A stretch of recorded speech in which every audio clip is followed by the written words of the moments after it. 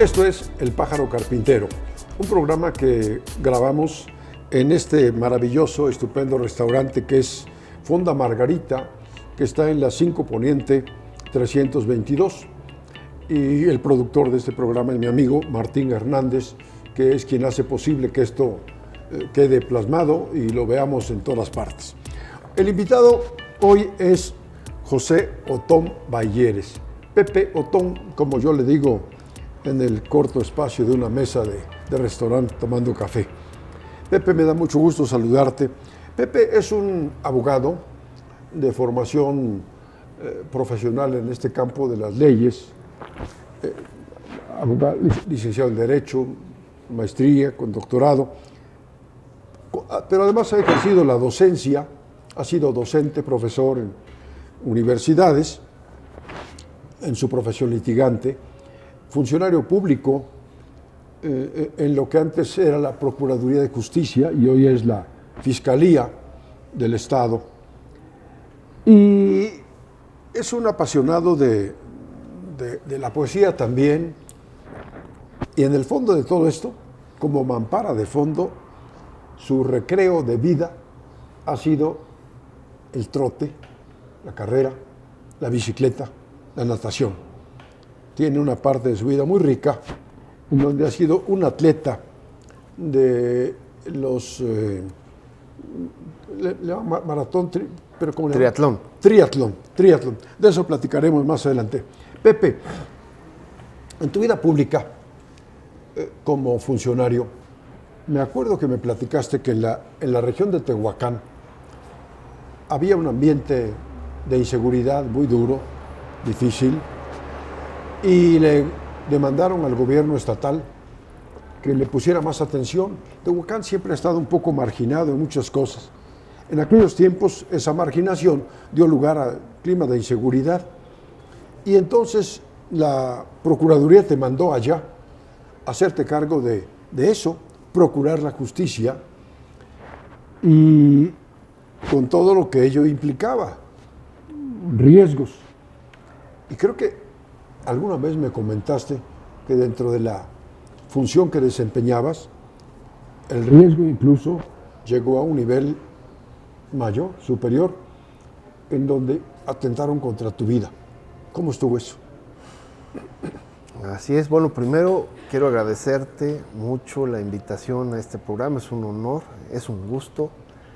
Y pues contestando a tu pregunta, sí, fue el 22 de agosto de 1996, cuando una persona se metió a la oficina que albergaba el Ministerio Público Delegación Tehuacán con una escopeta cubierta con una bolsa de plástico negro y exigía hablar con el Ministerio Público, pero resulta que él era la Ministerio Público.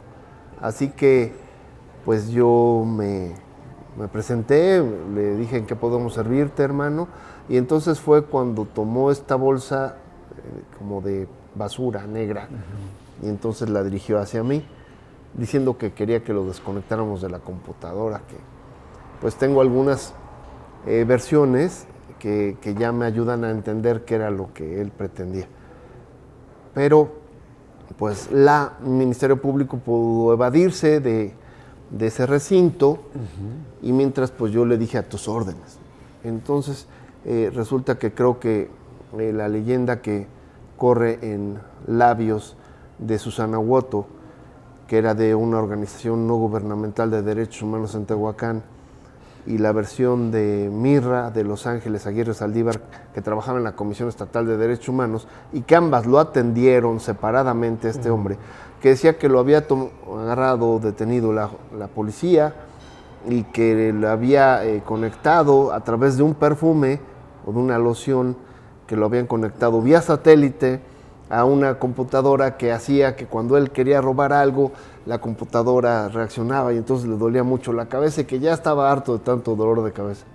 Entonces, realmente no conozco alguna técnica al día de hoy, con el avance de la tecnología, que te puedas conectar una computadora a través de un perfume y que aparte funcione vía satélite. O sea, realmente creo que estaba mal de sus facultades mentales. pero como era un desertor del ejército, me parece que tuvo acceso a esa escopeta calibre 0, que para los que nos acompañan puede ser que sepan, y los que no, pues es para cazar venado. Es una posta más o menos grande. En estos cartuchos vienen más o menos 7 postas. De color rojo, sí. Entonces, pues de alguna otra forma nos mandó a 6 al hospital. Pero sí, disparó. Sí. ¿Y te entraron a ti algunas Sí, postas? es que primero llegó, después de mí, llegó la policía. Y entonces recuerdo que se pararon en el umbral de la puerta y le gritaron policía judicial. Entonces él solo giró y disparó. Accionó el llamador y me mandó a 3 policías al hospital. Inicialmente eran sus motes el Chiquilín, el Jarocho y el Suavecito, así se les conoce, creo aún, y ya después se fue sobre mí. Entonces, ¿Te tocaron algunas postas? Sí, me hizo 12 agujeros en el intestino 12. del... Sí, 3 postas penetraron mi abdomen, 2 mi brazo y 2 mi pierna, y de esas 3 del abdomen hicieron 12 agujeros en el intestino delgado. Tuve oportunidad de caminar por mi propio pie de la agencia del Ministerio Público allá en Tehuacán, en la 1 Norte, dar toda la vuelta a la manzana por lo que hoy se conoce como el Complejo Cultural El Carmen, para llegar a las oficinas de Cruz Roja, por mi propio pie. Como tú dijiste hace un momento, que soy triatleta, entonces ese año corrí el único maratón que he corrido en mi vida y realicé mi mejor tiempo en un triatlón olímpico. O sea que traía una condición. La condición física corría te todos salvó los un días, poco. 1 hora, todos los días. Oye, eso no impidió que quedaras en condición de coladera, en parte. Sí, pero la condición física te ayuda a aguantar pues la intervención quirúrgica, porque entonces te abren una laparotomía exploratoria y entonces el médico tiene que buscar los orificios para realizar lo propio. Y pues el mejor cirujano de la zona, que es yo creo que uno de los mejores del país, Roberto Náquid, estaba de vacaciones y fue localizado en su casa.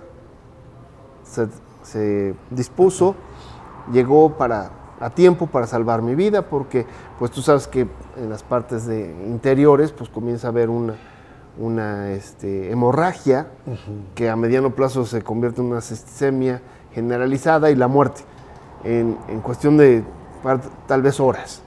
Pero entonces me salvaron, ¿no? De alguna manera, para poder venir hoy al programa. Tu sistema inmunológico en aquel momento contribuyó de manera importante a tu recuperación de una serie de heridas tan delicadas. Si tuvieras otra condición, a lo mejor no vives para contarlo. Bueno, pero esa es una parte trágica de tu vida. La amable es la parte de la abogacía, el ejercicio de la abogacía, la docencia. Pero poca gente quizá, o por lo menos hasta donde yo percibo, que conoce la parte del deporte, la parte atlética. ¿Cuánto mides de estatura, Pepe? 183 centímetros, o sea, 1,83. 1,83. Y eso te ha permitido inclinarte al deporte, al triatlón, que como todos sabemos, los que hemos corrido un poco, el maratón tiene 42 kilómetros, 195 metros. El triatlón implica trote, carrera, natación y ciclismo. ¿Cuántos kilómetros en cada una de estas actividades? ¿Cuántos de carrera? O sea, el triatlón se le llama a hacer esas 3 disciplinas que acabas de referir en el orden siguiente: nadar, bici, correr. Si nadas determinados metros o kilómetros y determinados kilómetros en bici y determinados kilómetros en carrera, va teniendo distintos nombres. Entonces, a saber, el día de hoy tenemos, por ejemplo, el triatlón sprint, que nada 750, luego 20 kilómetros de bici y luego correr 5. El triatlón corto, que nadas 1000, 30 en bici, 7 corriendo. El triatlón olímpico, que son 1500 nadando, 1500 metros nadando, 40 kilómetros en bici, 10 corriendo. El medio Ironman, que nadas 1 kilómetro 800, después 90 kilómetros en bici, y después 21 kilómetros. Y el Ironman, prueba que realicé en marzo de 2004, en donde nadas 3.8 kilómetros, sales del agua casi trotando para subirte a la bici durante 180 kilómetros. De hecho, creo que ese Ironman eran 179 punto y algo kilómetros. Y después correr los 42, 195. Logré esto en 16 horas, 6 minutos. Si alguien de tu auditorio es experto en el tema, pues sabe que el que gana lo hace en 8 horas y cuarto. Entonces yo lo hice casi en el doble. Sí, pero pues como iniciamos esta entrevista, esta charla, pues era yo funcionario público. O sea, si solamente te dedicaras al deporte, bueno, entonces a lo mejor sí puedes llevar una dieta adecuada, un entrenamiento adecuado y solo haces eso. Pero entonces yo tenía que cumplir con jornadas laborales propias de cualquier burócrata y aparte darte el tiempo. En ratos libres, entrenamiento. De estas 5 categorías, ¿cuál fue la que más corriste? ¿En la que más participaste? Sí, yo creo que el triatlón olímpico, que tengo 20 metas cruzadas, comentábamos fuera de cámaras que participé en 54 justas de estas, o sea, triatlones en general, y crucé la meta de 49. O sea, tuve 5 fracasos y 2 de ellos fueron los triatlones 2 y 3. O sea, el primero, mi primera vez, suerte de primerizo, lo logré. El triatlón que nacía en Alchichica, ahí ibas y venías en la laguna y después te venías en bicicleta a Puebla y aquí corrías medio maratón de Plaza Dorada, salías rumbo al centro escolar, subías hasta el monumento Ignacio Zaragoza, dabas vuelta ahí en la Ford Rivera por la diagonal, hasta la China Poblana, del Boulevard Norte hasta la prolongación Reforma, de ahí hasta esta Rosendo Márquez, pasabas enfrente de esta oficina de gobierno, dabas vuelta en la 25 y ahí en Telmex tomabas la Boulevard Atlisco hasta la Fuente de la Paz, toda la Avenida Juárez, Paseo Bravo hacia la Reforma, toda Reforma hacia el Boulevard, para terminar en Plaza Dorada. Eso lo hice en 8 horas 15. El último medio maratón que corriste como parte de la triple prueba. Entonces fue el primero, fue el primero. En el segundo fracasé. En el segundo a media bici me enfrené. Pero este tipo de prueba triple, con estas distancias, la hiciste más de 49 veces. Una persona que tiene que, por gusto, desarrollar esta actividad, primero, ¿cuál es el motor? ¿Qué la mueve para inclinarse? Cuando uno empieza a correr, dice, no, pues está loco. Está corriendo todos los días, 30, 40 kilómetros. ¿A ti qué te movía para tomar con tal pasión la práctica de esta actividad física? Es una interesante pregunta, que yo creo que hay varios factores. En mi caso, uno de ellos es el factor genético, porque entonces mi padre, que murió cuando yo tenía 5 años, pues tengo referencias de él solo por lo que me platicaba alguien. Pero recuerdo que nos llevaba a trotar. O sea que una de mis hermanas íbamos por Ciudad Universitaria y había un como redondel. Y entonces una de mis hermanas aprendía a manejar dando vuelta a ese circuito. No sé exactamente en qué lugar de CU era, pero nosotros teníamos que cruzar corriendo. Mis otras, somos 5 hermanos y este ejercicio lo hacíamos el hermano menor y las 3 hermanas mujeres. Una aprendía a manejar y las otras 2 iban conmigo a cruzar corriendo. Todavía con vida mi padre. Recuerdo, punto 2 es que había unos baños públicos en la 5 Poniente, o sea, en esta misma calle, pero a la altura de la 17 Sur, entre 17 y 19, que tuvieron varios nombres a través del tiempo. No sé si se llamaban Baños San Sebastián, no me hagas caso. Pero sí recuerdo que tengo una foto de mi padre, justo donde estaba el trampolín, parado de manos, apoyado solamente en 6 dedos. En ese lugar, mi padre me llevó a nadar. Y recuerdo que había unos como cuartos, que había unas pequeñas albercas en ellos. Y ahí nos metíamos mi papá y yo le daba vueltas a esta alberca sujetándome de la orilla. Y recuerdo que mi padre algún día me dijo, a ver, suéltate, y me sumió. Y entonces yo salí. ¿Cuántos metros tenía la alberca? Ahí sí no tengo esa respuesta, pero yo creo que no más de 2. Pero aprendes a flotar. Entonces, también otro de mis más lejanos recuerdos es que tuve unas clases de natación, o sea, el agua, la carrera, y también recuerdo de mis más añejos recuerdos son tuve una bici en Navidad. Entonces, primero, hay estos 3 factores de muy de niño que me ponen en la mesa de la negociación de los triatlones. La inducción paterna. Sí, pero el punto 2 es la genética, porque entonces ahí en la casa de ustedes tengo una medalla de mi padre, y dice que en primer lugar de natación, tengo un diploma de 1921 donde mi papá fue campeón de ciclismo, y también tengo algunas fotos donde mi padre está lanzando bala y algunas otras donde está rompiendo la banda de los 100 metros o 110 con valla, no me preguntes. Entonces, el factor natural de imitación al padre fue para ti un estímulo, una inspiración. Sí, hubo una inducción, hubo la genética y aparte, pues yo me quedé con esto hasta que algún día estaba viendo la televisión, concretamente el programa de, pues no sé, de José Ramón Fernández, me parece, en 1978, tenía yo 11 años, y estaba viendo las noticias deportivas. Entonces dijeron, señoras, señores, el día de hoy se llevó a cabo el Ironman de Hawái, que consiste en nadar 3.8 kilómetros, luego 180 en bici, y después correr un maratón. Pero tenía yo un amigo que era el campeón de 100 metros planos, de esos tiempos. Alexander Gerke, el campeón de 100 metros planos. Y en ese año que coincidimos en el salón, a ambos nos regalaron bicicletas en Navidad, de carreras. Y entonces íbamos a andar en bici por las calles de Puebla. Y me acuerdo que le ganaba yo en carreritas de aquí a la esquina en bici y le ganaba. Carreritas de aquí a Cholula, por así decir, a distancias largas, y le ganaba.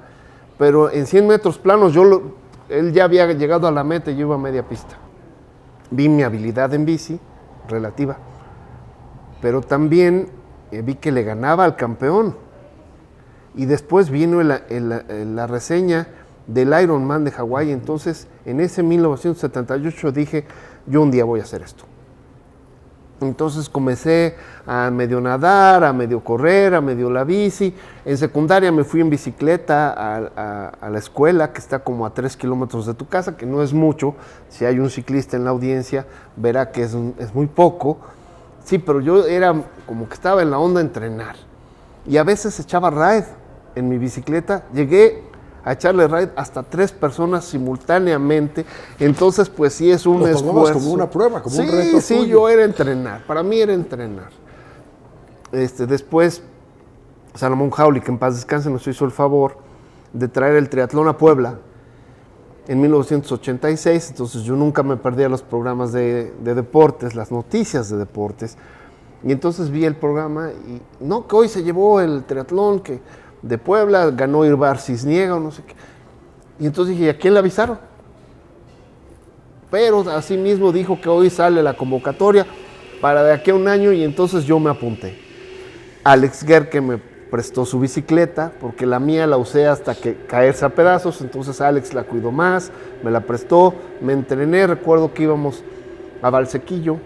De hecho, no llegábamos solo hasta África. Y de regreso, y eso era para entrenarnos, para venir de bicicleta desde Alchichica hasta Puebla. O sea, entrenábamos prácticamente nada, pero nosotros estábamos en la mente que estábamos entrenando. Y corría todos los días, bueno, eso es algo que he dejado de hacer, lo cambié a caminar, pero corría de la casa de ustedes, que es en el Carmen, hacia el Parque Ecológico cuando no estaba con la presentación de hoy día y le daba una vuelta por fuera, lo cual nos daba como 7 kilómetros diarios, diarios, Xavier, diarios. Esta rutina fuerte fue la previa al maratón al triatlón de Hawái. Sí, no, sin duda. Pues yo empecé este modo de entrenar así sin ton ni son. Realmente le agradezco mucho a muchos entrenadores que sí me pusieron atención por gusto, por cariño, en espontáneo. Entre ellos, por ejemplo, el cubano Pedro Tanis, Enrique Suárez para natación, Pedro Tanis para atletismo, y de memoria tal vez al profesor Trucíos, que ponen su grano de arena. Entonces ya tú armas tus propios rompecabezas y comienzas a tener también Javier Valero, que fue el que ya me dio en esta etapa final antes de enfrentar un Ironman. Él puso estos pequeños matices, ¿no? Estos pequeños lineamientos. Sin ser entrenador, me dio algunos tips para poder plantearme Oye, Pepe, hacia esa competencia. en toda esta trayectoria, que yo creo que es de un superatleta, en algún momento o en algunos momentos, ¿viste el riesgo de perder la vida? ¿Viste Sí, la muerte cerca? sí. ¿En algún Bueno, caso? tal vez la pregunta literalmente, la respuesta sería no, pero sí estás consciente de los riesgos. Incluso alguien cuando ya estaba yo para ir a participar en la competencia, me dijo, oye, ¿y cuánto nadaste? ¿Cuánto corriste? ¿Cuánto anduviste en bici? Y le dije, pues mi máximo fue esto y fue esto. Oye, es que no estás tan bien entrenado. Y le dije, sí, nada más que es una meta en la vida. ¿Te acuerdas que la diseñé cuando tenía 11 años? Yo tenía que hacer el Ironman sí o sí. Yo para mí, para exigencia mía y satisfacción mía. Y entonces le dije, pues sí, me encantaría tratar de cumplir una de mis metas, aunque me muera en el intento. Entonces recuerdo que él dijo, es que como no estás tan entrenado, podrías morirte de un infarto en un esfuerzo de esta naturaleza. Estoy dispuesto a aceptarlo. Entonces, él mandó a hacer una playera que decía, había una película que se llamaba Dejando Las Vegas o Living Las Vegas con Nicolas Cage. Y entonces decía, en la parte de enfrente, decía, Nicolas Cage se fue a Las Vegas para morir en Las Vegas. Y en la parte de atrás de la playera decía, José Balleres se va a Nueva Zelanda para convertirse en inmortal. Entonces, la motivación era que yo no me podía fallar a mí. Cuando cayó la noche en esa competencia del Ironman, pues yo todavía seguía corriendo y en mi mente estaba muy claro que no iba a ser el único mexicano que no acabó. Y me lo repetía una y otra vez, casi conforme iba yo respirando, no voy a ser el único mexicano que no acabó, no voy a ser el único mexicano que no acabó. Así cada vez que respiraba me lo repetía, y cuando crucé la meta, entonces es una satisfacción gigante, inenarrable, cuando tú te cumples a ti. Porque yo no le dije a nadie, vaya, si este programa hubiera sido en 1978 y les hubiera dicho a los que nos hacen el favor de distinguirnos con su atención que iba yo a hacer algún día el Ironman, a lo mejor se hubieran reído de mí y a lo mejor no lo hubiera logrado. No se lo dije a nadie, era algo para mí personalísimo. Eso que tú dices es una experiencia propia de aquello que uno suele escuchar, de que las batallas más importantes en tu vida no son las que ganas afuera, sino las que ganas contra ti mismo. Es la mayor victoria. Así es. Oye, Pepe, estamos platicando, Pepe Otón Balleres, que en otra etapa de su vida corrió 39 triatlones. Pepe, y aparte de esta actividad tan relevante en el campo del deporte, ¿te dabas tiempo desde la escuela para fijarte un poco en la poesía? Y en las mesas de café que hemos tenido, a veces la circunstancia impone que te salga una poesía, un vistazo a la literatura, a la lectura, por supuesto, y se te da. ¿En la escuela participabas en concursos de oratoria o de declamación? Tienes unas preguntas pues que hacen doble clic y se abren muchos íconos. Porque entonces, sí, la respuesta es sí, pero también tengo que referirte que mi papá también le gustaba la poesía, y dentro de sus grupos de amigos bohemios, porque así se decía, estaba don Guillermo Distel Pasquel. En paz descansen ambos. Y don Guillermo sí produjo sus versos, Sí. sus rimas. Era originario de Veracruz y escribió varios libros sobre poesía. Sí. Entonces, pues yo tenía esa información de que a mi papá le gustaba la bohemia y que declamaba, y por nada más lo tienes así. Así que de repente coincidimos en el aula con un nieto de don Guillermo Distel Pasquel. En cuarto primaria, quinto, sexto, primero de secundaria, por primera y única vez hubo un concurso de declamación. Y entonces, pues yo animado con que a mi papá le gustaba eso, entonces tal vez yo traigo un poco de eso. Y además don Guillermo Distel, que vive o vivía en la misma manzana donde tienen su casa todavía. Y tenía libros de él. Entonces, pues por ahí me comencé a ojear. Siempre me ha gustado leer por curiosidad. Y entonces, pues descubrí estos libros de don Guillermo Distel. Memoricé alguna que ya no recuerdo bien, que era del Pensil veracruzano con aromas de jazmín. La memoricé y la recitaba una y otra vez, y la maestra nos hacía algunas correcciones de ademanes, de entonaciones, de cosas así. Entonces, llegamos al concurso y entonces descubrí que hay unas poesías de competencia. Oye, y dentro de esas que te sabes, que hay varias, un día te escuché, y recuérdanos por lo menos un fragmento de aquella de Gustavo Adolfo Bécquer. Volverán las... Volverán las oscuras golondrinas en tu balcón sus nidos a colgar, y otra vez con el ala a sus cristales jugando llamarán, pero aquellas que el viento refrenaba tu candor y mi dicha al contemplar, aquellas que aprendieron nuestros nombres, esas no volverán. Volverán las tupidas madreselvas en tu jardín, las tapias a escalar, y otra vez a la tarde sus flores se abrirán, pero aquellas cuajadas de rocío, cuyas gotas mirábamos temblar y caer como lágrimas del día, esas no volverán. Volverán del amor a tus oídos las palabras ardientes a sonar, tu corazón de su profundo sueño tal vez despertará, pero mudo, absorto y de rodillas, como se adora a Dios ante su altar. Como todos tus seguidores te queremos, Xavier, desengáñate, nadie te querrá. Qué padre. Fíjate que hoy es un arte que se ha dejado de lado, la declamación. Claro, ya Peso Pluma la oratoria, nos pero el mandado. Primero es un signo de cultura. Sí. Y luego un perfil de actuación, porque estaba observando que tú dominas muy bien los ademanes y transmites las emociones perfectamente bien, lo cual tiene mucho de actuación. ¿Nunca te dio por participar en obras de teatro? Por supuesto. En prepa teníamos esta materia con Vicky, taller de arte, y entonces el taller consistió en montar una obra de teatro, perdón. Entonces, pues empezó desde el tema, hubo por equipos, se propusieron temas, se explicaba en qué iba a consistir, se votó y se eligió un tema, y de ahí hubo, en esa temática, participamos 3 o 4 de nosotros en los diálogos, o sea, todo el script, y entonces, pues yo más o menos en mis aportaciones eran para que el personaje principal fuera yo.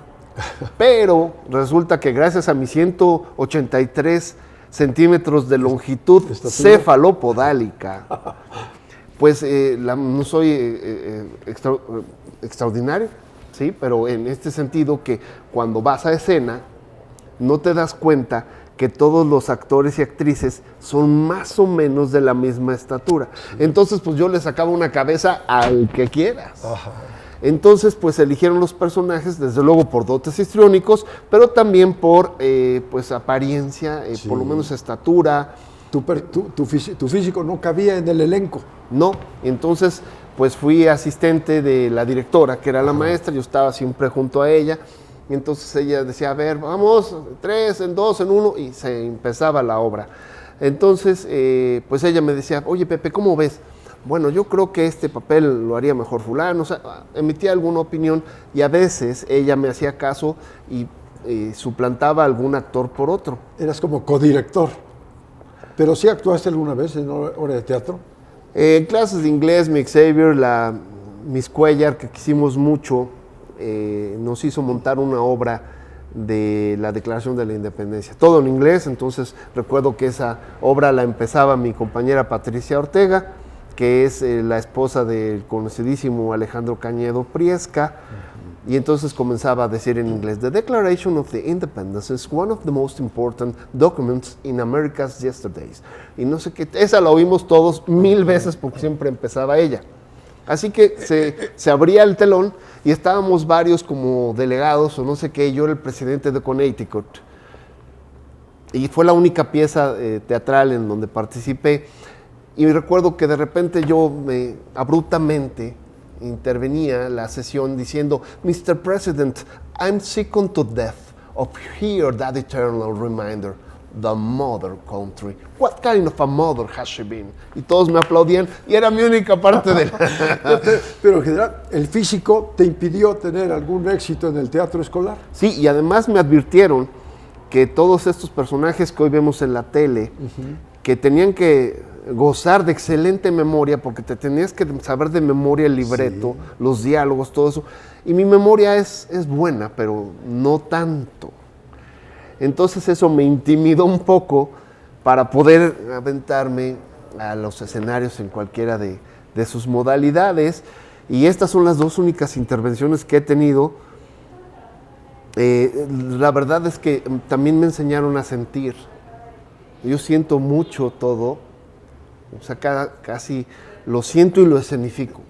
Entonces, alguna vez, para tu amable auditorio, que no salga del pájaro carpintero, por favor, que no salga del pájaro carpintero. Pero alguna vez alguien como tú me incitó: oye, ¿por qué no te recitas la de El Brindis del Bohemio? Y sabes que, pues sí me gusta, pero es muy larga. Muy larga, es muy Entonces, larga, sí. Para no equivocarme y poder complacer a esos comensales, pedí que me permitieran leerla, para no errarle. La he leído miles de veces en silencio y otro tanto más en público, y nunca he tenido ese objetivo de memorizarla, porque como que las disfruto cada vez, entonces no pones en modo memorizar, sino modo disfrutar. Y resulta que cuando llegué a la parte final, la de Arturo, el bohemio puro, de buen corazón y gran cabeza, yo brindo por la mujer, mas no por aquella rescoldo del placer desventurados. Brindo por mi madre ausente. Y entonces, Xavier, en ese ejercicio, que era día de mi cumpleaños, de hace como 3, no pude seguir. No pude seguir con la lectura. La emoción te paralizó el rostro. Se me llenaron los ojos de lágrimas, escurrían por mi rostro. Y entonces todos me comenzaron a vitorear, ¿no? Pepe, y aplaudirme, no sé qué, pero yo ya no pude seguir. No pude seguir con la lectura del Brindis del Bohemio.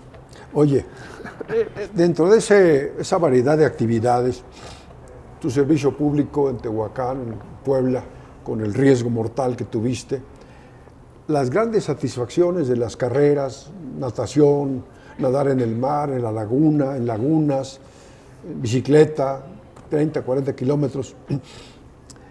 En esa vida que has llevado, 2 momentos que hayan quedado grabados en tu recuerdo de la gloria, lo más excelso, la más hermosa satisfacción y la más triste.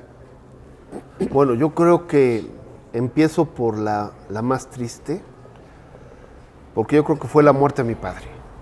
De hecho, la muerte 5 años, tenía 5 años. Sí, la muerte de mi padre y la muerte de mi madre. Pero no pasan estos momentos que me preguntas, no pasaron el día de. Al contrario, recuerdo que cuando murió mi papá, yo ese día estaba como jugando, ¿no? Es que murió mi papá, ¿no? Lo decía con tal naturalidad, sino que a la postre. Entonces es cuando recrudeces eso. Hace un momento refería cuando leí el Brindis del Bohemio, que no pude seguir. O sea, la presencia de mi madre estuvo ahí y no pude. Entonces, por eso te digo que uno de mis momentos tristes es la muerte de mi madre y la otra la muerte de mi padre. Y se escenifican en varios momentos durante mi adolescencia. en donde necesitas al papá que te diga que cómo se le hace, ¿no? Y yo no tenía.